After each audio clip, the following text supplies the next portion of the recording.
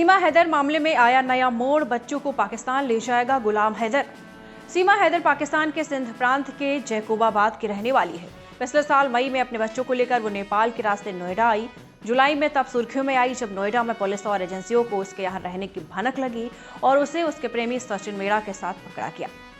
अपने प्यार के लिए पति को छोड़ और पाकिस्तान से आकर नोएडा में रहने वाली सीमा हैदर को बड़ी खबर इस समय ये सामने आई है। पाकिस्तान में रह रहे सीमा के पहले पति ने अपने बच्चों को वापस ले जाने के लिए भारत में एक वकील से संपर्क किया है।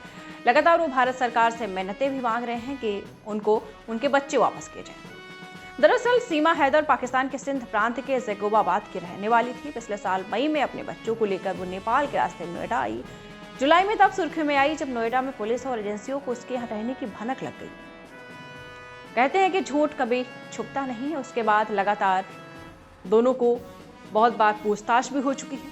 पाकिस्तानी वकील और मानवाधिकार कार्यकर्ता अंसार बर्नी ने कहा है कि सीमा के पाकिस्तान पति गुलाम हैदर ने अपने 4 बच्चों की कस्टडी पाने में मदद के लिए उनसे संपर्क किया था। इस पर उन्होंने भारत में वकील अली मोमिन से संपर्क किया और उन्होंने इस केस की जिम्मेदारी उनको सौंप दी। आपको यह भी बता दें कि उन्होंने भारत में अदालत में कानूनी कार्रवाई शुरू करने के लिए पावर ऑफ अटॉर्नी भी भेज दिया है।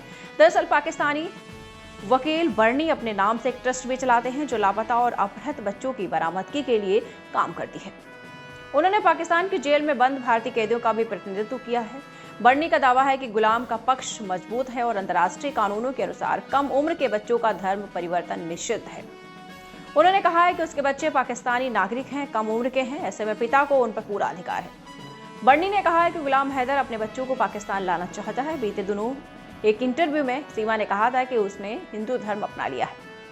उसने पाकिस्तान जाने से इनकार किया है। सीमा ने यह भी दावा किया है कि बच्चों ने भी हिंदू धर्म अपना लिया है। तो आपको बता दें चलें, जो वकील है उनका दावा है कि कम उम्र में बच्चों का धर्म परिवर्तन निषिद्ध माना जाता है। सीमा हैदर और सचिन के वकील एपी सिंह ने बताया है कि हमें ऐसी किसी भी घटनाक्रम की जानकारी नहीं है। जब हमें आधिकारिक तौर पर इसके बारे में पता चलेगा तो हम इसका जवाब देंगे, ऐसा कहना है सीमा हैदर के वकील का। बताते चलें कि सीमा और सचिन के मामले की जांच वर्तमान में उत्तर प्रदेश पुलिस के आतंकवाद रोधी दस्ते द्वारा की जा रही है।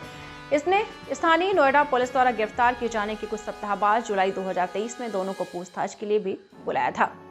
तो आपको बताते चलें, सीमा हैदर के पहले पति गुलाम हैदर का दावा है कि वो अपने बच्चों को वापस पाकिस्तान ले जाएंगे और कम उम्र में बच्चों का धर्म परिवर्तन कराना निषिद्ध माना जाता है, यानी वो गलत माना जाता है। ऐसा जो सीमा हैदर के जो पूर्व पति हैं उनके वकील का खुलासा है।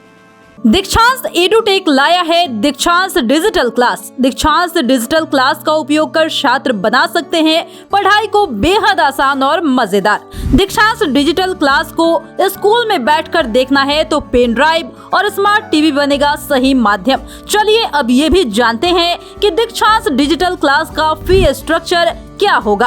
नर्सरी से लेकर यूकेजी के लिए 7,000, नर्सरी से लेकर दूसरी कक्षा के लिए 12,000, नर्सरी से लेकर 5वीं तक के लिए 18,000, नर्सरी से लेकर 8वीं तक के लिए 24,000, नर्सरी से लेकर 10वीं तक के लिए 30,000।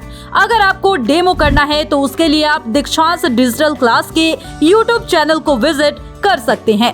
हमारे YouTube चैनल को सब्सक्राइब और Facebook पेज को लाइक करना ना भूलें। धन्यवाद।